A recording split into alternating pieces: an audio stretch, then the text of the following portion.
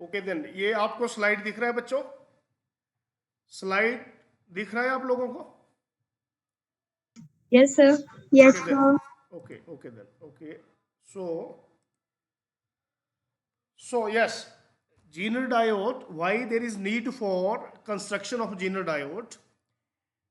Because in the ordinary PN junctions क्या हो गया था वहां, आपको ब्रेकडाउन मिल गए थे, ब्रेकडाउन वोल्टेजेस मिल रही थी, लेकिन जो ब्रेकडाउन वोल्टेज के बाद अगर आप वोल्टेज को एनहांस करते थे तो आपका जो पीएन जंक्शन डायोड था वो डैमेज हो जा रहा था। सो इस सिचुएशन को कैसे रिमूव किया जाए? The answer is you have to you have to inject more and more another charge carriers to the system. It means आपको क्या करना पड़ेगा, आपको डॉपिंग करना पड़ेगी। डॉपिंग लेवल को इंक्रीज किया, जब आपने डॉपिंग लेवल को इंक्रीज किया तो अब देखिए, अब जो है वो एक बार सब एडमिट हो जाओ, क्योंकि इसके बाद मैंने कंटिन्यू करना है। I don't want to disturb in the mid. Okay, so आपने इंक्रीज कर दिया P type and N type, both sides. One side there is trivalent impurities and other side there are pentavalent impurities। So आपने क्या कर दिया, doping level को उसमें बढ़ा दिया। जब आपके पास ऑर्डिनरी पीएन जंक्शन था तो आपका जो डिप्लेशन लेयर था that is only just 10⁻⁻⁶ metre, 1 micrometre का उसका बिट था। लेकिन जैसे ही आपने को हैविली डॉप्ड कर दिया तो क्या हुआ, उसे आपका डिप्लेशन रीजन की बिड्थ कम हो गई, और ये मैंने आपको बताया था कि उसकी जो बिड्थ थी वो आपके पास हो गई थी 200 एंगस्ट्रॉम। 200 एंगस्ट्रॉम। जब आपकी बिड्थ में इतना कमी आ गया 200 एंगस्ट्रॉम, 200 इंटू 10⁻⁻10 मीटर, ठीक है। जब आपकी डिप्लेशन लेयर कम हो गया तो ऑब्वियसली जो आपके पास मैग्नेटिक कैरियर्स थे वो क्या कर रहे थे, easily they can flow through out the whole circuit. Okay, यहां तक हमने क्लास में देख लिया था। This is the BI characteristics. इसमें हम देख रहे थे कि फॉरवर्ड, जब आप फॉरवर्ड वोल्टेज में देखते हैं, इस फर्स्ट क्वाड्रेंट में देखते हैं, तो आपका जेनर डायोड जो है एक सिंपल ऑर्डिनरी पीएन जंक्शन की तरह काम कर रहा था। लेकिन जब आप रिवर्स वाइसिंग में जाते हैं तो आप देखते हैं जो एवलांचे ब्रेकडाउन था उससे पहले ही आपके पास एक और ब्रेकडाउन हो गई जिसे हम जीनर ब्रेकडाउन बोलते थे। रीजन क्या था? ये हम बोल सकते हैं कि जो जीनर ब्रेकडाउन है और एवलांचे ब्रेकडाउन है, these the two effects are the real causes of voltage breakdown in the PN junction diode and modified PN junction diode, that is Zener diode। ठीक है, एवलांचे में आपके पास क्या था, you are just giving the you are just increasing the voltage and after doing this what happen, आप you are giving the speed to the magnetic carriers। जब speed बढ़ गया obviously there is increase in the energy level and जब energy level उसका बढ़ गया, क्योंकि speed क्या है, v दैट इज ½ mv² से रिलेटेड है, एनर्जी बढ़ गया। एनर्जी बढ़ने के बाद बैलेंस इलेक्ट्रॉन्स को उन्होंने, जो आपके पास सिलिकॉन एटम्स थे, उन एटम से उन्होंने बाहर निकालना इजी हो गया उनके लिए ड्यू टू कॉलिजन। अब बैलेंस इलेक्ट्रॉन भी हो गए, मैग्नेटिक कैरियर्स भी हो गए, तो इस तरह से सिस्टम में क्या हो गया, बहुत ही ज्यादा electrons and holes pairs generate हो गए। जब बहुत ज्यादा होल पेयर जनरेट हो गए, obviously the charge of the system that is increases, और ये आपके पास एक ब्रेकडाउन में हमारे पास ये फिनोमिना लगा ओनली, क्योंकि आप जब एवलांचे ब्रेकडाउन की बात करेंगे आपके सिस्टम में कोई डॉपिंग नहीं है।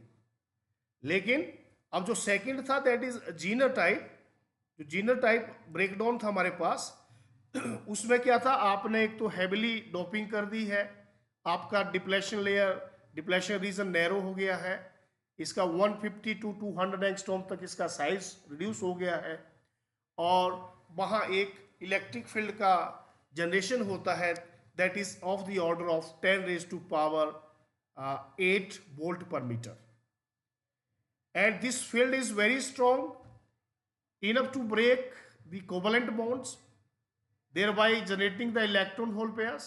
ये कोवलेंट बॉन्ड्स का किसके हैं, ये जो आपका सिलिकॉन लैटिस है, सिलिकॉन से सिलिकॉन जुड़ा हुआ है या जर्मेनियम से जर्मेनियम जुड़ा हुआ है, उन बॉन्ड्स को उसने इलेक्ट्रिक फील्ड ने तोड़ना शुरू कर दिया।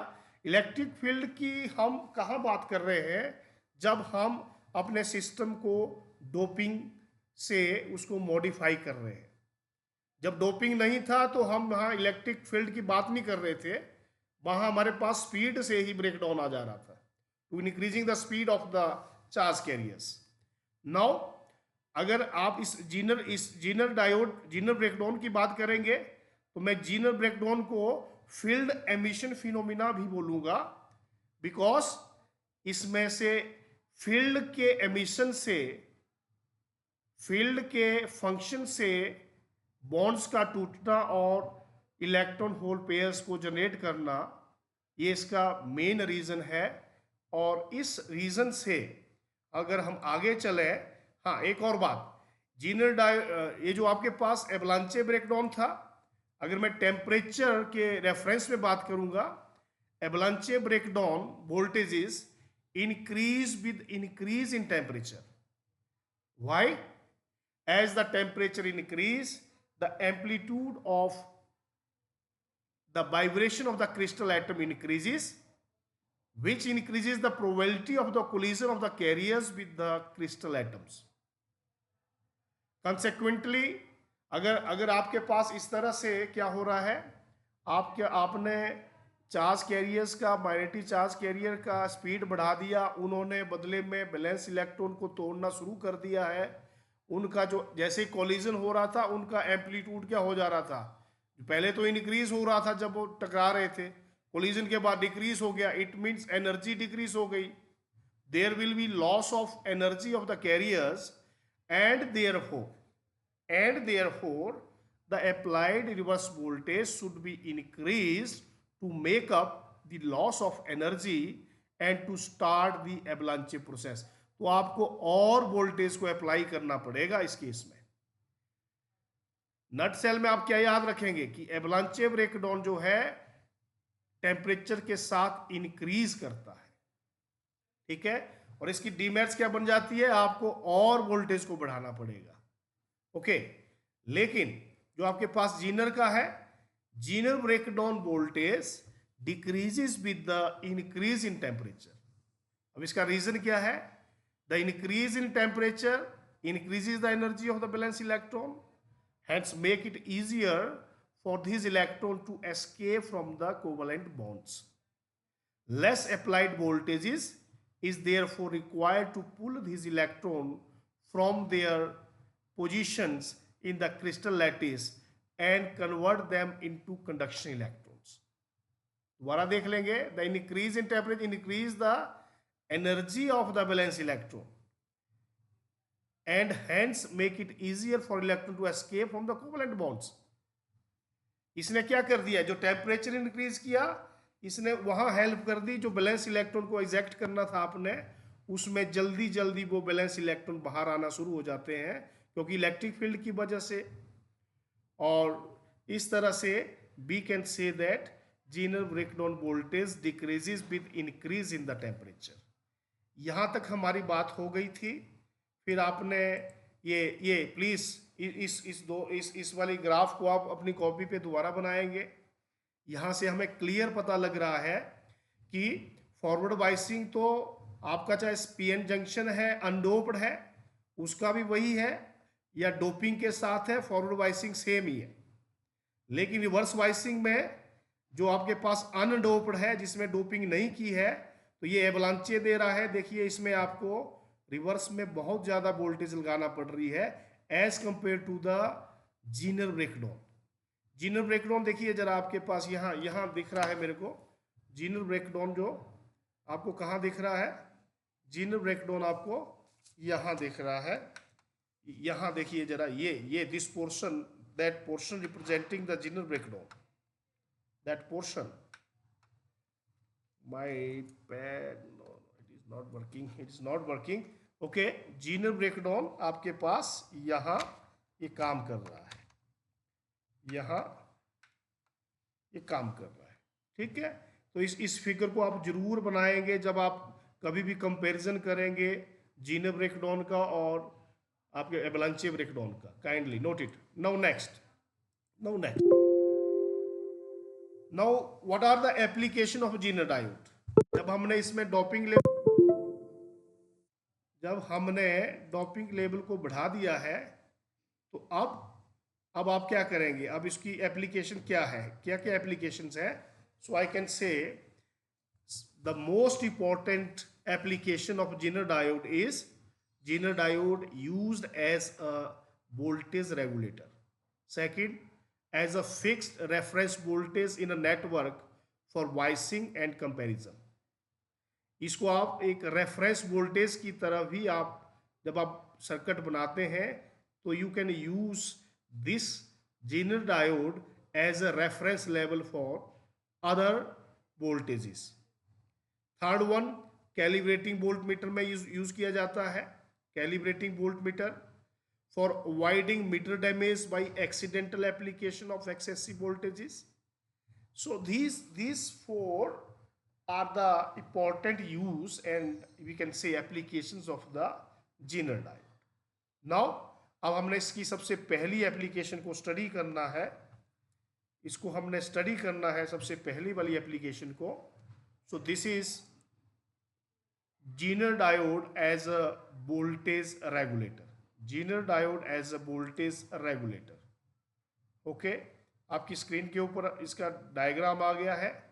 We can move further now.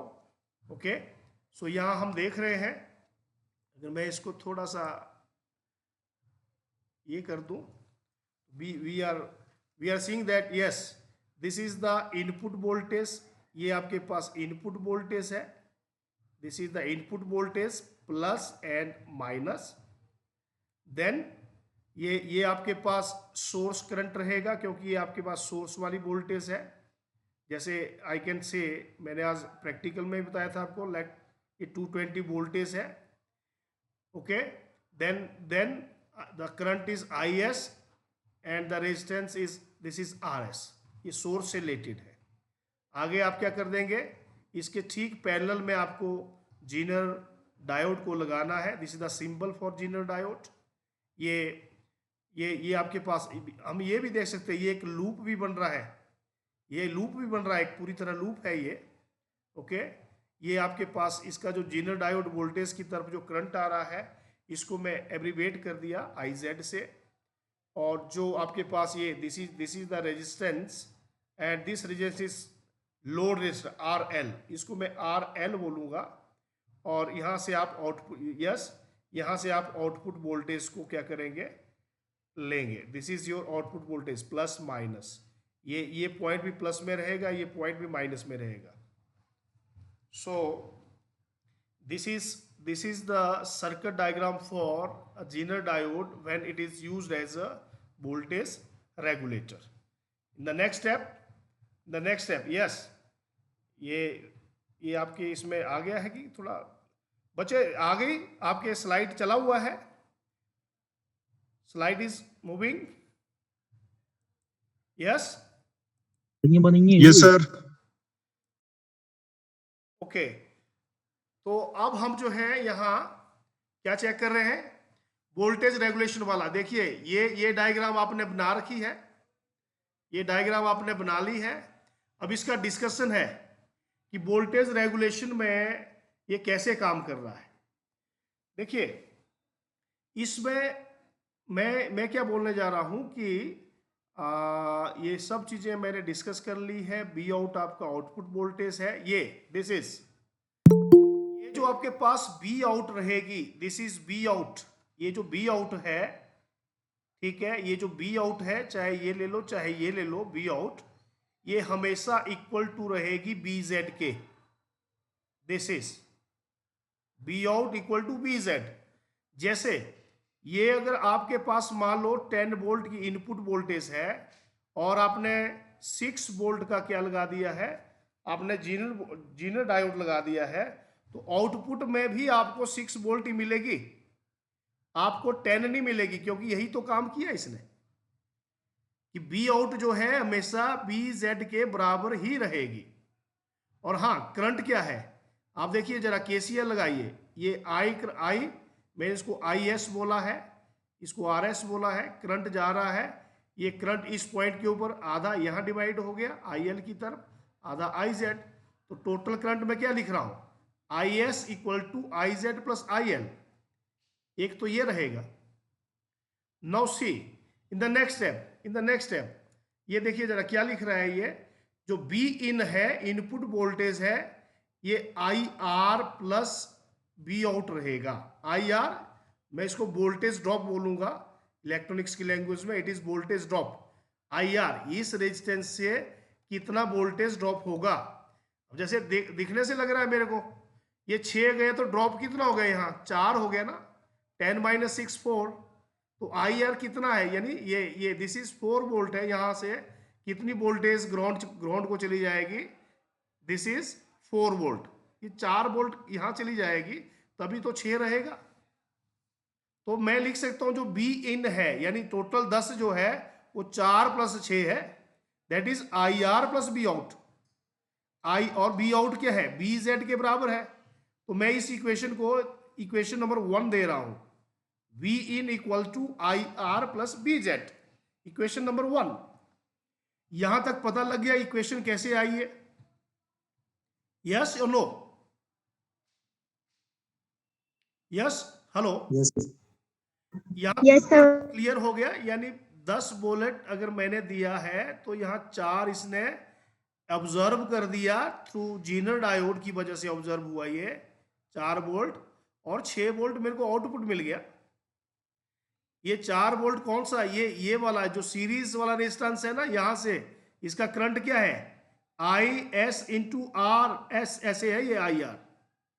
ये जो वोल्टेज ड्रॉप है ये 4 वोल्ट का है, तभी तो this is the equation number 1 for this voltage regulation. बाकी ये क्या है ये मैंने आपको बता दिया है कैसे क्या किया जाए।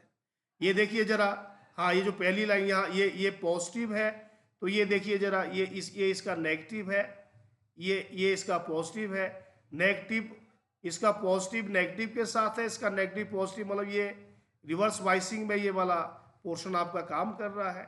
यहाँ भी देखेंगे, अब ये नेगेटिव है, यहाँ ये प्लस है, ये प्लस है आपके पास यहाँ, तो ये वाला नेगेटिव है, तो ये क्या है, रिवर्स वाइसिंग में पूरा सिस्टम आपका काम कर रहा है, रिवर्स वाइसिंग में आपका सिस्टम काम कर रहा है, वेरी सिंपल। अब देखिए जरा ये केस 1 को क्या बता रहा है, क्योंकि ये बहुत इंपॉर्टेंट है, पेपर में आता ही आता है ये, वेरी इंपॉर्टेंट।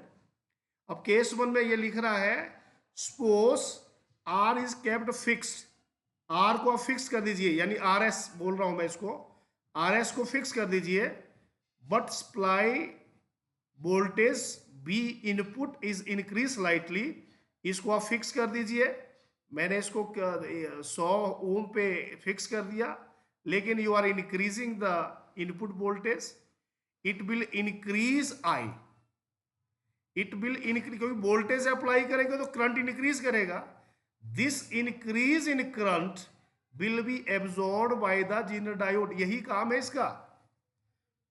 जब आपने रेजिस्टेंस को फिक्स कर दिया लेकिन वोल्टेज को आपने इसको बढ़ा दिया है, वोल्टेज के बढ़ाने से करंट भी बढ़ेगा, लेकिन जो करंट में चेंज आया है उसको एब्जॉर्ब कर लेगा आपका जीनर डायोड, ठीक है। और इस जो भी बढ़ा इसमें, इससे क्या होगा, जो आपका फाइनल करंट है इसके ऊपर कोई फर्क नहीं पड़ रहा है, आई एल जो है एज इट इज रहेगा, जो आपका इसके बाद वाला करंट है दैट इज आई एल, ये एज इट इज ही रहेगा, ठीक है। सो जब I L the increase in V in will takes a smaller current, and yes होगा क्या, अल्टीमेटली आपका जो आर एल लिखेंगे इसको, जो दूसरा लिखा है आपने, ये जो आपके पास वोल्टेज ड्रॉप दूसरा फाइनल आउटपुट वाला आएगा, ये आपको 6 वोल्ट ही रहेगा, जो कि जीनर डायोड ने कांस्टेंट करके रखा है। कन्वर्सली ये बोलता है अगर उल्टा कर लें, if supply voltage V in falls, अगर मैं इसको डिक्रीज कर देता हूं, आपकी इस वाले जो आपका वोल्टेज है इसको मैंने डिक्रीज कर लिया, then what happen, the diode takes a smaller current and voltage drop across R is reduced, thus again V out constant. अगर मैं इसको डिक्रीज करूंगा, अगर मैं बी इन को, where is this not working, yes, अगर मैं इसको डिक्रीज कर दूंगा तो ऑब्वियसली करंट भी डिक्रीज होगा, तो बी जेड जो है, जो भी छोटा सा इंक्रीज डिक्रीज हुआ होगा जो करंट में, उसको ऑब्जर्व कर लेगा, दोबारा आगे वाले सर्किट को कांस्टेंट रखेगा, यानी आपकी आउटपुट वोल्टेज जो है 6 की 6 रहेगी। इस तरह से मैं ये बोल सकता हूं फाइनली कि इसमें जो आउटपुट वोल्टेज मिलेगी ये वही मिलेगी जितना आपका जीनर डायोड है। अगर 6 वोल्ट का है 6 वोल्ट, 4 वोल्ट का है 4 वोल्ट। हमेशा एक चीज़ और याद रखेंगे कि, चलिए मैं आगे न्यूमेरिकल में समझाऊंगा उसको, ये आपकी इस थ्योरी को आप पहले माइंड में रखिए काइंडली। नंबर केस 2, अब ये बोल रहा है केस 2 ले लेते हैं।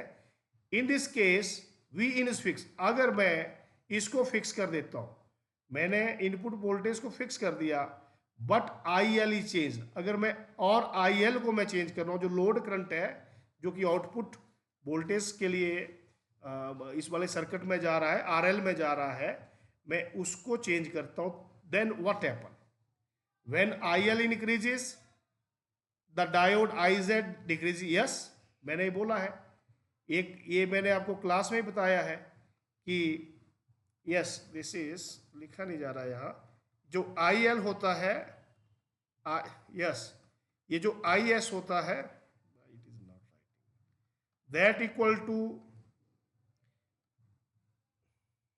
इक्वल टू, एक मिनट जरा, ये थोड़ा सा हिल रहा है, क्या बात, यस, यहाँ कहाँ जैसे लिखूं मैं, यस, यस, ये जो आपके पास आई एस है ये कांस्टेंट रहता है, यहां देखेंगे, अगर एक मिनट बच्चों, अब आ रहा है, यस, ये बहुत इंपॉर्टेंट है, जब आई एल आप इंक्रीज करेंगे आई जेड डिक्रीज होगा, तभी आपका आई एस जो है कांस्टेंट रहेगा। जब आपका आई जेड, मैं दोबारा लिख रहा हूं, आई इक्वल टू, अगर इस तरह से लिख दें आप, आई जेड, नहीं लिखा जा रहा है इससे, अगर आप आई जेड को इंक्रीज करेंगे तो आई एल डिक्रीज होगा और आई एस दोबारा कांस्टेंट रहेगा। ठीक है, जब आपने आई एल को इंक्रीज किया है तो आई जेड आपका डिक्रीज करेगा, और इसी तरह से ये जो आपके पास आई आर, जो वोल्टेज ड्रॉप है आर एस के थ्रू, वो कांस्टेंट रहेगा, और इस तरह से दोबारा आपका जो बी आउट है वो अनअफेक्टेड रहेगा, कांस्टेंट रहेगा। ठीक है, सो बोलने का अर्थ ये है कि इसका काम क्या है, सिस्टम को कंट्रोल करके रखना, जो मतलब आपको एक रेगुलेट वोल्टेज आउटपुट देना, जो कि जीनर डायोड का काम है। और इन्होंने यहाँ लिखा है कि जो बी आउट है in this case V in minus I R, ये कहाँ से लिया इन्होंने, हमने पढ़ा था पहले बचपन में, प्लस टू में पढ़ते थे हम, v equal to E minus I R, पढ़ते थे कि नहीं, v equal to E minus I R पढ़ते थे सभी, ये पढ़ते थे भाई, I want answer, hello, yes sir, V ये बोलते थे हम, क्या था, होता था वो फाइनल जो वोल्टेज होता था सर्किट का, that is E minus I R. E क्या होता था, आपके पास ईएमएफ होता था, और आई आर आपके, आप बोलते थे वोल्टेज ड्रॉप है, जो कि आर क्या होता था, internal resistance of the circuit. ठीक है, ये मैं उस वाले फॉर्मूले को लगा रहा हूं यहाँ, V इक्वल टू यानी terminal voltage equal to E minus I R. ये थोड़ा पेन मेरा चल नहीं रहा है, अब ऐसे ही थोड़ा सा आप ध्यान देंगे। ये इस वाले की बात कर रहा हूं मैं, ये एक्सप्रेशन मैंने स्टैंडर्ड लिया है, टर्मिनल वोल्टेज। Slide change कर दो। ठहरिए जरा एक।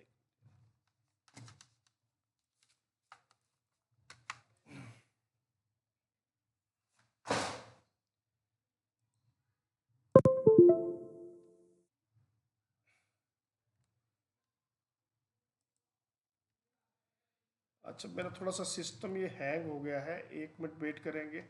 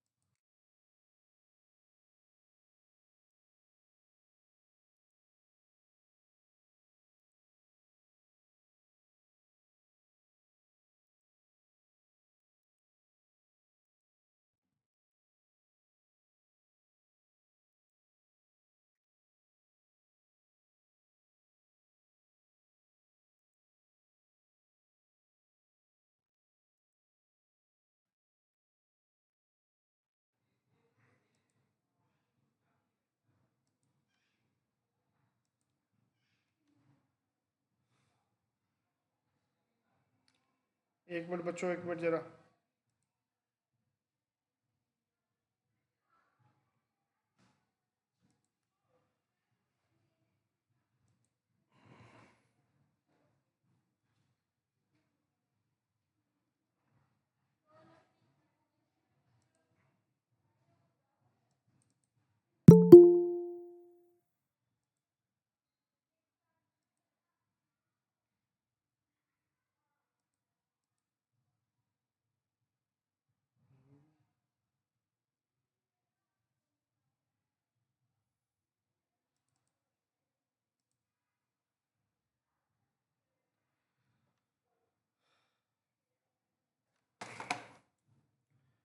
हाँ, स्क्रीन शेयर हो रहा है बच्चे? 22 शेयर हो रहा है? No, sir.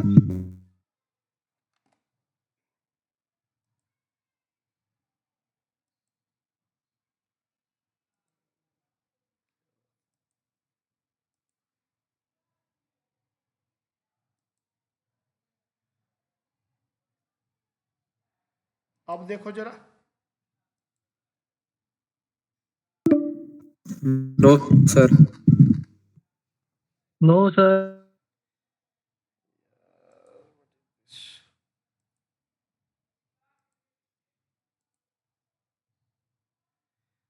ये वाला देखो।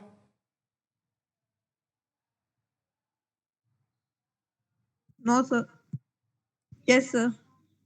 हो गया share? Yes sir. Okay okay okay, then continue, then continue. देखिए, मैं यहाँ जैसे की बात कर रहा था कि आपके केस 2 में क्या लिखा है इन्होंने कि B out equal to V in minus I R. B out, ये इन्होंने कहाँ से लिखा है कि जो आउटपुट वोल्टेज होगी that is the difference in the EMF minus I R. EMF की बात नहीं, मैं यहां क्या लिख रहा हूं, मैं उसी को लिख रहा हूं V in minus I R. और जो आई है आपके पास, आपने देख रहे हैं कि पूरे सर्किट में I Z plus I L है, तो B in equal to B out equal to B I Z plus I L into R, और यहां से आपके पास आर की वैल्यू आ जाती है। तो this is the way to find the value of R. ठीक है, और इसी तरह से अब मैं थोड़ा सा न्यूमेरिकल के ऊपर जाऊंगा ताकि आपको ये चीजें ज्यादा क्लियर हो जाए। ठीक है, ये नाउ नाउ नेक्स्ट, सबको स्लाइड दिख रहा है बच्चे? स्लाइड दिख रहा है? Yes, sir. हाँ, देखिए जरा, दोनों सर्किट बनाएंगे और क्वेश्चन मैंने लिखा है नीचे, determine whether the ideal zener diode properly wires yes और नो एंड एक्सप्लेन व्हाई। अब आप बताएंगे, मैं जस्ट पूछूंगा, ये पहला जो आपके पास जीनर डायोड है, ये काम करेगा कि नहीं, बताओ जरा। सभी बारी बारी से बोलना है, सब ने। I want to take your views, बताइए जरा।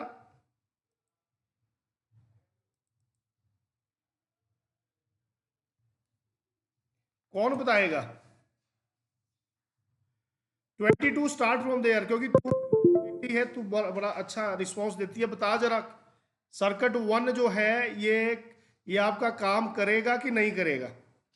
ये आपको वोल्टेज जो है 10 वोल्ट देगा कि नहीं देगा?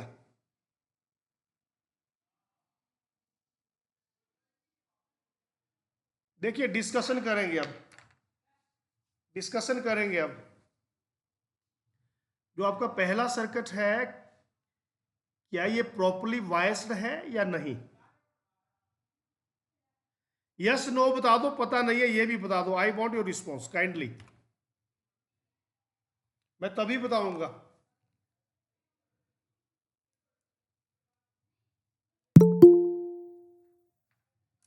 कौन बताएगा? चलिए, जो प्रेजेंट है, मैं उनका रोल नंबर लेता हूं जरा। ये फिजिक्स वाले रोल नंबर 12 बताएगा। Yes, roll number 12। Yes sir, properly biased नहीं होगा, नो इसका आंसर। क्यों?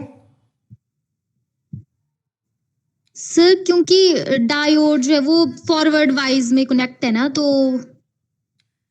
देख, हाँ, ये तेरा इनपुट वोल्टेज है, देख जरा, ये तेरा इनपुट वोल्टेज है 6 वोल्ट, ठीक है। आंसर तेरा सही है, यस सर। लेकिन जो इसका कॉज है उसको समझेगी तू, वो कॉज तेरा गलत है ये, ठीक है। अब देख जरा, सभी देखेंगे, ये आपका इनपुट वोल्टेज कितना दिख रहा है आपको? 6 वोल्ट। यस सर बोलेंगे तभी आगे चलूंगा, मैं ऐसे नहीं चलूंगा। 6 यस सर। इनपुट है। अब देखिए जरा, ये पहली कंडीशन आपने माइंड में रखनी है कि जीनर डायोड जो है, उसकी जो वोल्टेज होगी इनपुट वोल्टेज से हमेशा कम होनी चाहिए। ये 6 वोल्ट है, वो 10 वोल्ट है, तो ये तो बायस्ड है ही नहीं। वैसे इसने बायसिंग की बात कैसे, नंबर 12 ये प्लस का था माइनस का था, वैसे देखने से तो बायस्ड लग रहा था, देखने से तो यस सर। इसका पॉजिटिव टर्मिनल है, ये डायोड का नेगेटिव है, ये रिवर्स वाइज तो दिख रहा है। लेकिन क्वेश्चन क्या है कि ये जो 6 वोल्ट है, ये 10 वोल्ट से ज्यादा होना चाहिए था। ये 12 भी हो सकता था, जैसे आगे देख रहे हैं आप, ये 14 हो सकता था। कि इनपुट वोल्टेज जो है हमेशा हमें ज्यादा चाहिए जीनर वोल्टेज से। क्लियर हो गया? यहां तक क्लियर है? Hello, yes sir. अब क्लियर हो गया ना कि इनपुट वोल्टेज हमें ज्यादा चाहिए। ओके, ये दूसरा देखो जरा, ये रोल नंबर फिजिक्स से ही 73 बताएगा। दूसरे को बताएंगे जरा, ये प्रॉपरली वायस्ड है कि नहीं?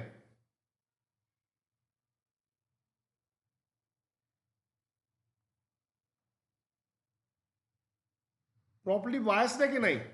ये बच्चे न्यूमेरिकल कॉपी के ऊपर नोट करो इन सर्किट्स को, ये सबसे बेसिक न्यूमेरिकल दिया है भी मैंने आप लोगों को।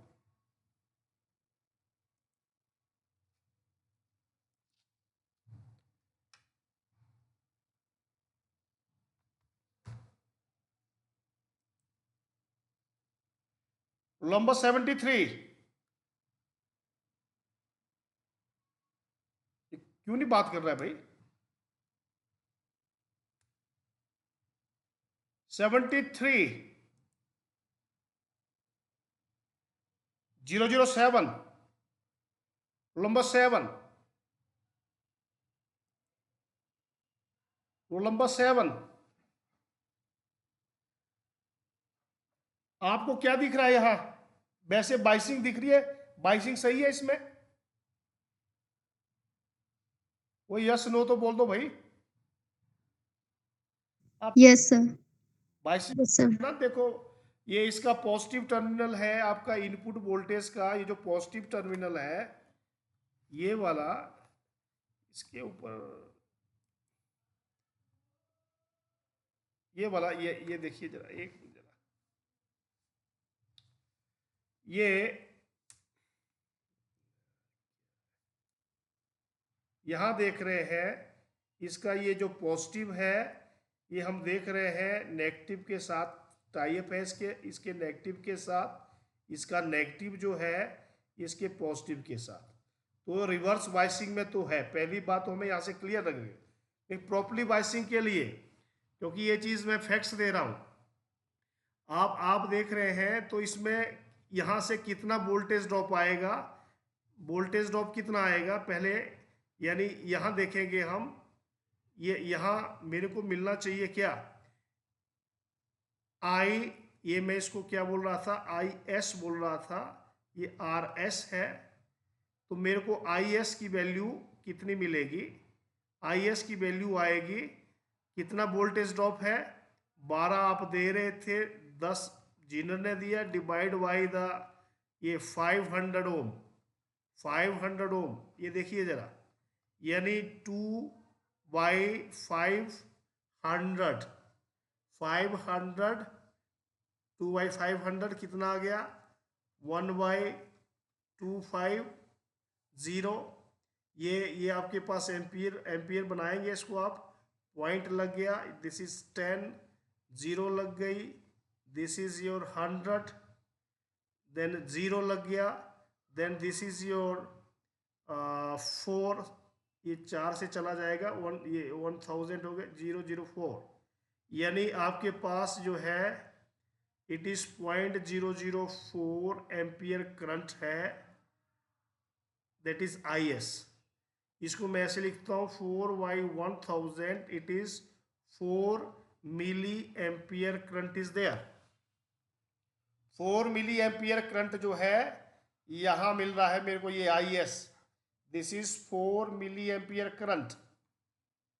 ठीक है, अब दो बातें इसकी ठीक हो गई, एक तो वोल्टेज इनपुट बड़ी है, वी इन बड़ा है वी जेड से, ये तो ठीक है, रिवर्स बाइसिंग है, ये पॉइंट भी ठीक है।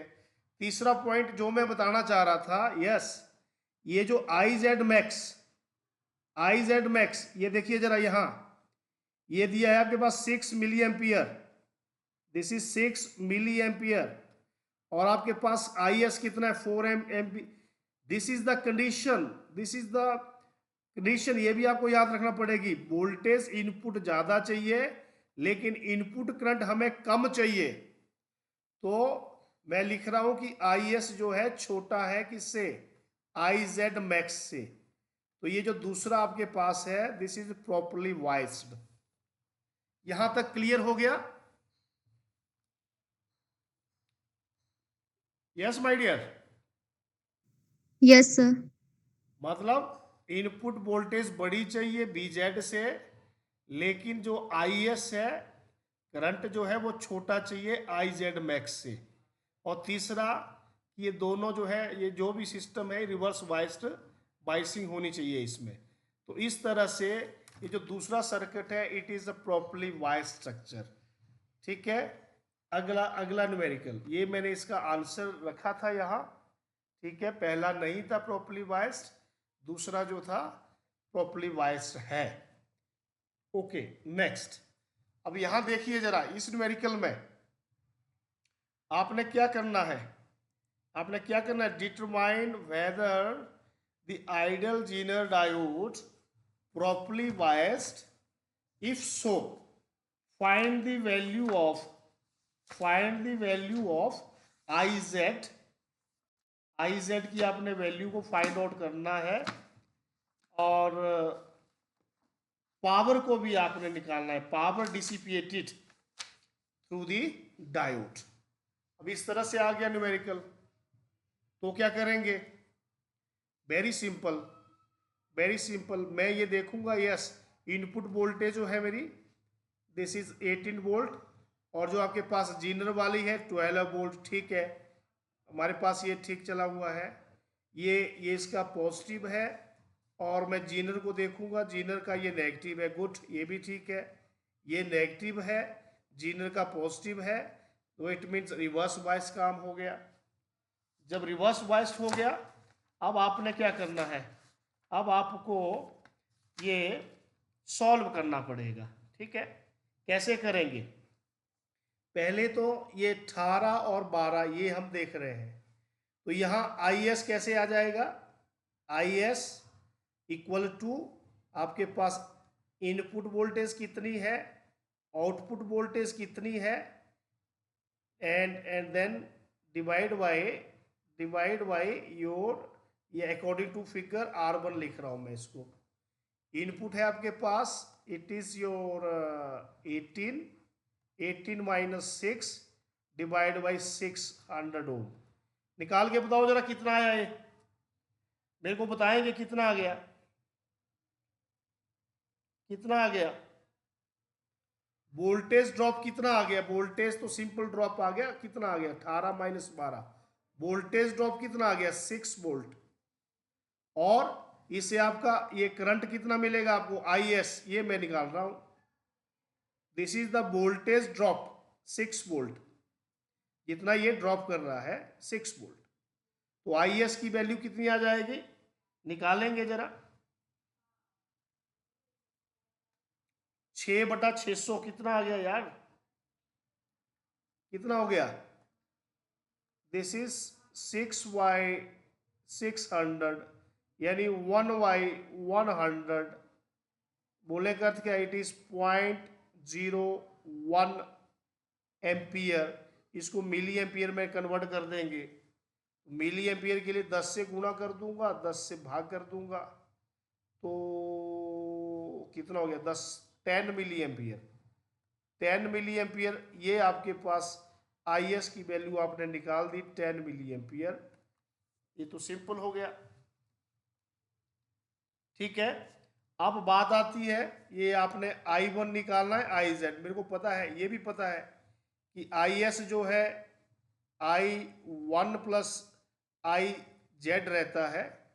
IS आपने निकाल के रखा हुआ है, ठीक है। I1 निकालना पड़ेगा। I1 तो सिंपली यहां से निकल जाएगा, यस। I1 कैसे निकालेंगे यहां से? क्योंकि मुझे पता है ये जो जीनर वोल्टेज है ना, ये मैंने बोला आपको प्लस माइनस, ये प्लस माइनस, ये जीनर वोल्टेज है, तो यहां से यहां तक कितनी वोल्टेज है? यही तो आउटपुट वोल्टेज है, चाहे आप यहां देखो चाहे कहीं भी देखेंगे पैरेलल है। तो यहां भी कितनी वोल्टेज है आपके पास? 12 वोल्ट है, वोल्टेज 12 है, रेजिस्टेंस ये है, तो कितना आ जाएगा current? I1 equal to what the voltage? 12 volt. ये इसके पैरेलली देखना है, ये दिस इज यहां से यहां तक 12 वोल्टेज है, और आपके पास कितना आ गया? V/R 1800। अब इसको जब सॉल्व करेंगे आप, कितना आ जाएगा? आप लोग करेंगे इसको solve, it is 6.7 milli ampere. जब आप इसको सॉल्व करेंगे तो I1 की वैल्यू आ जाएगी 6.7 मिली एम्पियर। जब आपके पास 6.7 मिली एम्पियर ये आ गई, तो IZ की वैल्यू आ गई। What is the value of IZ now? What is the value of IZ? So IZ equal to what? ये दोनों का प्लस है, IZ equal to IS minus your I1। कितना बच गया? 10 में से इसको माइनस करेंगे, कितना आ जाएगा? It is 2.3 milli ampere, 2.3 milli ampere IZ आ गया। यहां तक क्लियर हो गया? हेलो, यहां देखिए जरा, हेलो।